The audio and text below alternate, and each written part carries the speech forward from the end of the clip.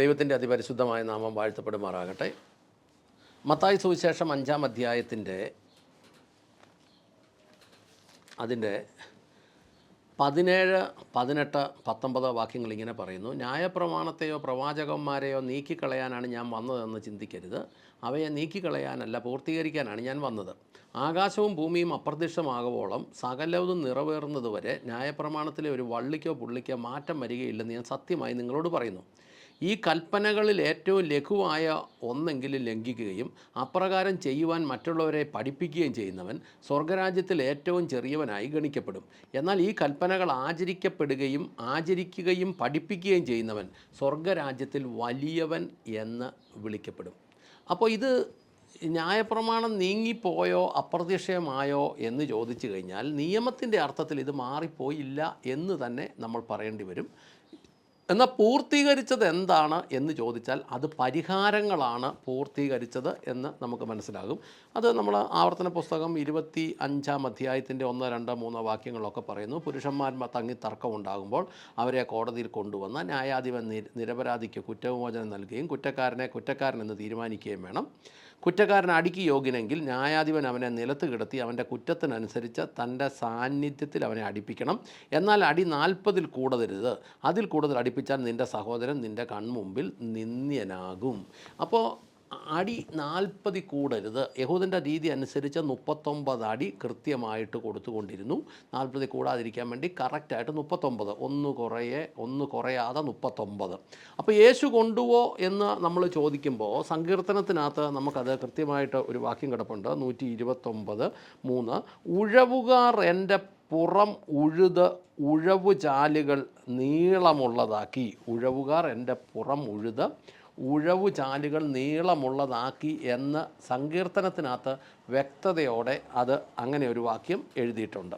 ഇനി അത് മത്തായി സുവിശേഷത്തിലേക്ക് നമ്മൾ വന്നു കഴിഞ്ഞാൽ ആ ഉഴവുചാലൊക്കെ ഉണ്ടാക്കിയത് എങ്ങനെയാണ് എന്ന് നമുക്ക് മത്തായി സുവിശേഷം 10-ാം അധ്യായത്തിൻ്റെ 17-ാമത്തെ വാക്യത്തിൽ ഇങ്ങനെ പറയുന്നു. യേശു തന്നെ പറഞ്ഞതാണ്, മനുഷ്യരെ സൂക്ഷിച്ചു കൊള്ളുവിൻ. അവർ നിങ്ങളെ ന്യായാധിപ സംഘങ്ങളിൽ ഏൽപ്പിക്കുകയും തങ്ങളുടെ പള്ളികളിൽ വെച്ച് ചാട്ട കൊണ്ട് അടിക്കുകയും ചെയ്യും. ചാട്ടയും ചമ്മട്ടിയും 2 സാധനങ്ങളാണ്. എന്നാൽ മത്തായി സുവിശേഷം 23-ാം അധ്യായത്തിൻ്റെ ഈ 34-ാമത്തെ വാക്യത്തിലും ഇത് തന്നെ പറയുന്നു. അതിനാൽ നിങ്ങളുടെ അടുത്തേക്ക് പ്രവാചകന്മാരെയും ജ്ഞാനികളെയും വേദജ്ഞരെയും ഞാൻ അയക്കുന്നു. അവരിൽ ചിലരെ നിങ്ങൾ കൊല്ലുകയും ക്രൂശിലേറ്റുകയും ചെയ്യും. മറ്റു ചിലരെ നിങ്ങളുടെ പള്ളികളിൽ വെച്ച് ചാട്ടവാറ് കൊണ്ട് അടിക്കുകയും പട്ടണം തോറും വേട്ടയാടപ്പെടുകയും ചെയ്യും എന്നും യേശു തന്നെ പറഞ്ഞിട്ടുണ്ട്. പിന്നീട് 27-26 അതും മത്തായി സുവിശേഷം 27-ൻ്റെ 26 പറയുന്നു. അപ്പോൾ അവർ ബറാബാസിനെ അവർക്ക് വിട്ടുകൊടുത്തു, യേശുവിനെയോ ചാട്ട കൊണ്ട് അടിപ്പിച്ചതിന് ശേഷം ക്രൂശിക്കാൻ ഏൽപ്പിച്ചു. നമ്മൾ ഈ മലയാളത്തിൽ നമ്മൾ ഈ കാളക്കെട്ടൊക്കെ അടിക്കുന്നത് കാണുന്ന സൈസ് ഒരു ചാട്ടയല്ല പ്രയോഗത്തിന് എടുത്തിരിക്കുന്നത്. അത് സ്വാഭാവികമായിട്ടും ചമ്മട്ടി എന്ന് പറയുന്ന ഒരു സാധനമാണ്. മർക്കോസ് സുവിശേഷം 15-15 ഇത് കൃത്യമായിട്ട് പറയുന്നുണ്ട്. ജനക്കൂട്ടത്തെ തൃപ്തിപ്പെടുത്തുവാൻ ആഗ്രഹിച്ചുകൊണ്ട് പിലാത്തോസ് ബറാബാസിനെ അവർക്ക് വേണ്ടി മോചിപ്പിച്ചു. അയാൾ യേശുവിനെ ചാട്ടവാറ് കൊണ്ട് അടിപ്പിച്ച ശേഷം ക്രൂശിക്കുവാൻ ഏൽപ്പിച്ചു കൊടുത്തു. അപ്പോൾ യേശുവിനെ അടിപ്പിച്ചത് ചാട്ടവാറെന്നാണ് മലയാളത്തിൽ എഴുതിയേക്കുന്നതെങ്കിലും അത് ശരി അർത്ഥമല്ല. അത് ചമ്മട്ടി എന്ന് പറയുന്ന ഒരു സാധനമാണ് ഉപയോഗിച്ചത്. ചമ്മട്ടിയെ സംബന്ധിച്ച് പറഞ്ഞാൽ 1 മീറ്റർ നീളം അതിൻ്റെ പിടിയും 1 മീറ്ററിനപ്പുറം 2 മീറ്റർ നീളത്തിൽ ലെതർ ബെൽറ്റുകൾ, 12ഓളം തുകൽ ബെൽറ്റുകൾ, ലെതർ ബെൽറ്റുകളുള്ള, അതിൽ ഈയക്കട്ടകൾ, കുപ്പിച്ചില്ലുകൾ, ആണിയ, മീമുള്ള, ഇങ്ങനെ ശരീരം മുറിയുന്നത് എന്തും, അതിശക്തമായ ബലമുള്ള മുള്ളുകൾ, ഇങ്ങനെയുള്ള സാധനങ്ങളെല്ലാം പിടിപ്പിച്ചിരിക്കുന്ന 12ഓളം ബെൽറ്റുകൾ പിടിപ്പിച്ച, അത് 2 മീറ്റർ നീളം, അത് ഈയക്കട്ടയൊക്കെ പിടിപ്പിച്ചേക്കുന്നുണ്ട്. അത് എല്ലാവർക്കും ഒന്നും എടുത്തിട്ട് അടിക്കാൻ പറ്റിയല്ല. അത് അടിക്കാൻ നല്ല വ്യക്തമായ പ്രാക്ടീസ് ഉള്ളവർക്കേ അത് ചെയ്യാൻ പറ്റുള്ളൂ. അങ്ങനത്തെ ചമ്മട്ടി കൊണ്ടാണ് യേശുവിനിട്ട് അടിച്ചത്. അത് 39 അടി കൊടുത്തപ്പം അത് ശരീരത്തിൽ ഇത് ഓരോ അടിക്കും അതിങ്ങനെ, സാധാരണ നമ്മുടെ പാൻറ്റിൻ്റെയൊക്കെ ബെൽറ്റ് എന്ന് പറയുന്നത് 1.5 മീറ്ററാണ്. 1.5 മീറ്ററുള്ള ബെൽറ്റ് അരയ്ക്ക് ഒരു വട്ടം ചുറ്റി വന്ന് ഇച്ചിരി മുന്നോട്ട് നിൽക്കും. അപ്പോൾ അതിനേക്കാളും 1/2 മീറ്ററും കൂടെ നീളം കൂടുതലുള്ളത് വെച്ചിങ്ങനെ അടിക്കുമ്പം ഒറ്റയടിക്ക് ഇത് ശരീരത്ത് കയറി പൊതിയും. അപ്പോൾ യുദ്ധത്തിൽ ഇങ്ങനെ കുപ്പിച്ചില്ലും ആണിയും ഈയക്കട്ടയും മുള്ളും ഒക്കെ ഉള്ളതുകൊണ്ട് ഇത് ശരീരത്തിൽ പിടിക്കും. ഇത് പിടിച്ചു കഴിയുമ്പോൾ ഉടനെ തന്നെ വലിച്ചു പറിക്കുമ്പോൾ ശരീരത്തിൽ നിന്ന് മാംസം സഹിതം തെറിച്ചു പോകും. അതുകൊണ്ടാണ് സങ്കീർത്തനക്കാരൻ പറഞ്ഞത് ഉഴവ് ചാല് പോലെ അവൻ്റെ പുറമായി എന്ന് എഴുതി വച്ചിരിക്കുന്നത്. നമ്മൾ ചേർത്ത് വായിക്കുമ്പോൾ അങ്ങനെ മനസ്സിലാകും.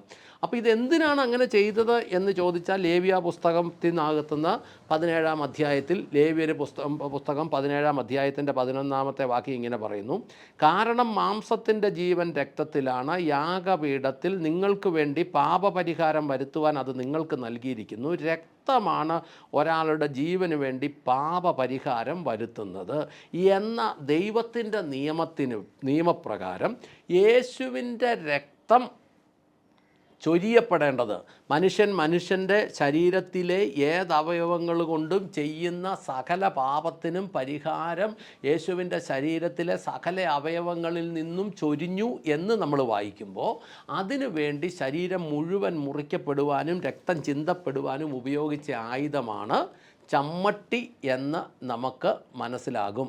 അത് മത്തായി സുവിശേഷം 26-ാം അധ്യായത്തിൻ്റെ 28-ാമത്തെ വാക്യത്തിലാണ് അത് കൃത്യമായി പറയുന്നത്.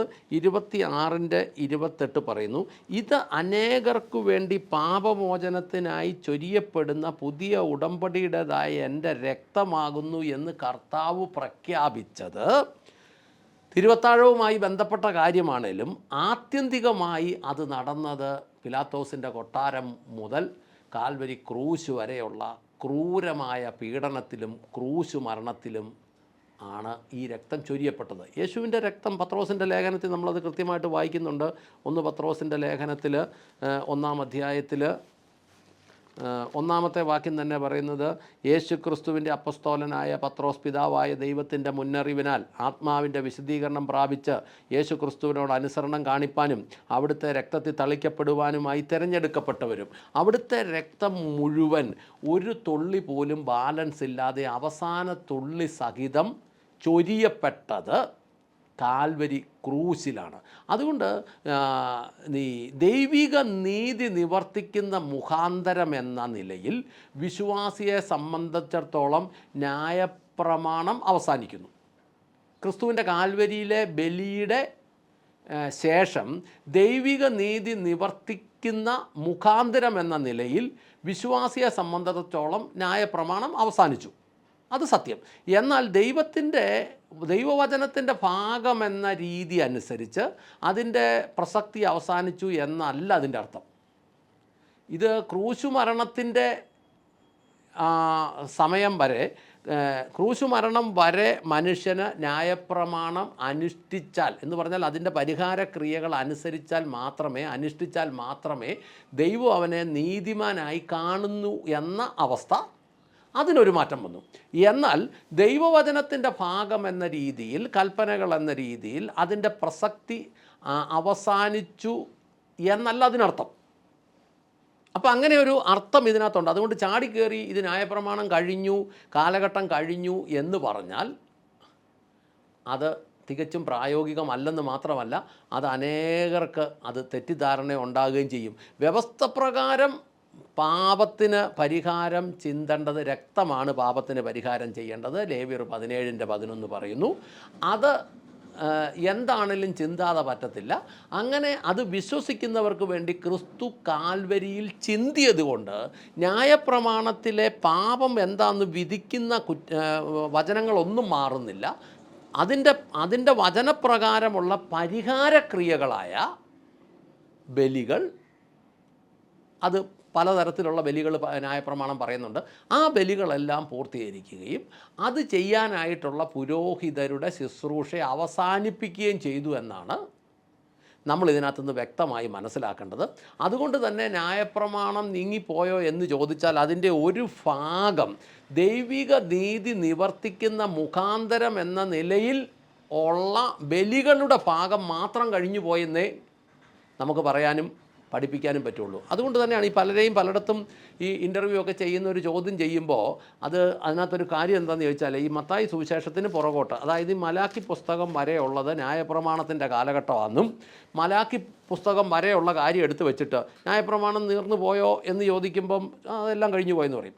എന്നിട്ട് അതും ചോദിക്കും, പിന്നെ നിങ്ങൾ എന്തിനാണ് ഈ മലാക്കിയുടെ പുസ്തകത്തിലുള്ള ദശാംശത്തെക്കുറിച്ച് പറയുന്നതെന്ന് ചോദിക്കുമ്പോൾ പാസ്റ്റർമാർ അവിടെ കിടന്ന് വെപ്പപ്പാ വെക്കും.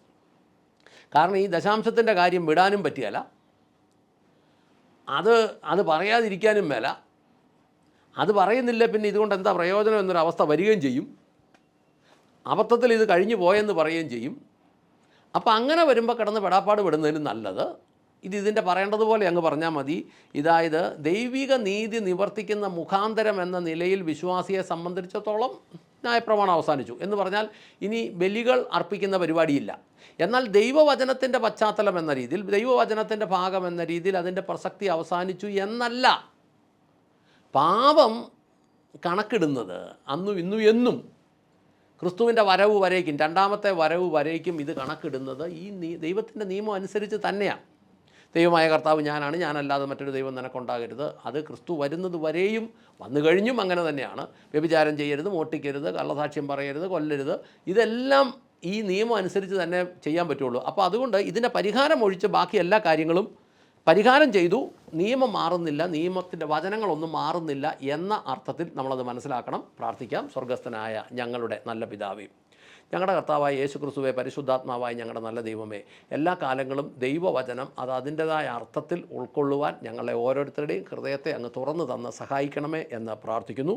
കേൾവിക്കാരായ ഓരോരുത്തരുടെയും ഹൃദയത്തിൽ ദൈവത്തിൻ്റെ വചനം ശക്തമായി പ്രവർത്തിക്കണമേ. ദൈവത്തിൻ്റെ വചനം എന്ന ന്യായപ്രമാണത്തിൽ പറഞ്ഞിരിക്കുന്ന 603 കൽപ്പനകളും അത് ഞങ്ങൾ ഇന്ന് പരിശുദ്ധാത്മാവിൻ്റെ സഹായത്താൽ അങ്ങ് പരിശുദ്ധാത്മാവ് ഞങ്ങളുടെ ഉള്ളത്തിൽ വസിച്ചുകൊണ്ട് ഞങ്ങൾ അതൊക്കെയും ചെയ്യാതെ നിൽക്കുകയും അബദ്ധത്തിൽ ഞങ്ങൾക്ക് അങ്ങനെ ഉള്ള കാര്യങ്ങൾ സംഭവിച്ചു പോയാൽ യേശുവിൻ്റെ രക്തം ഞങ്ങൾക്ക് വേണ്ടി മധ്യസ്ഥം അപേക്ഷിക്കുകയും പരിഹാരം ചെയ്യുകയും ചെയ്തിരിക്കാൻ ഞങ്ങൾ വിടുവിക്കപ്പെടും എന്ന് ഞങ്ങൾ മനസ്സിലാക്കുന്നു.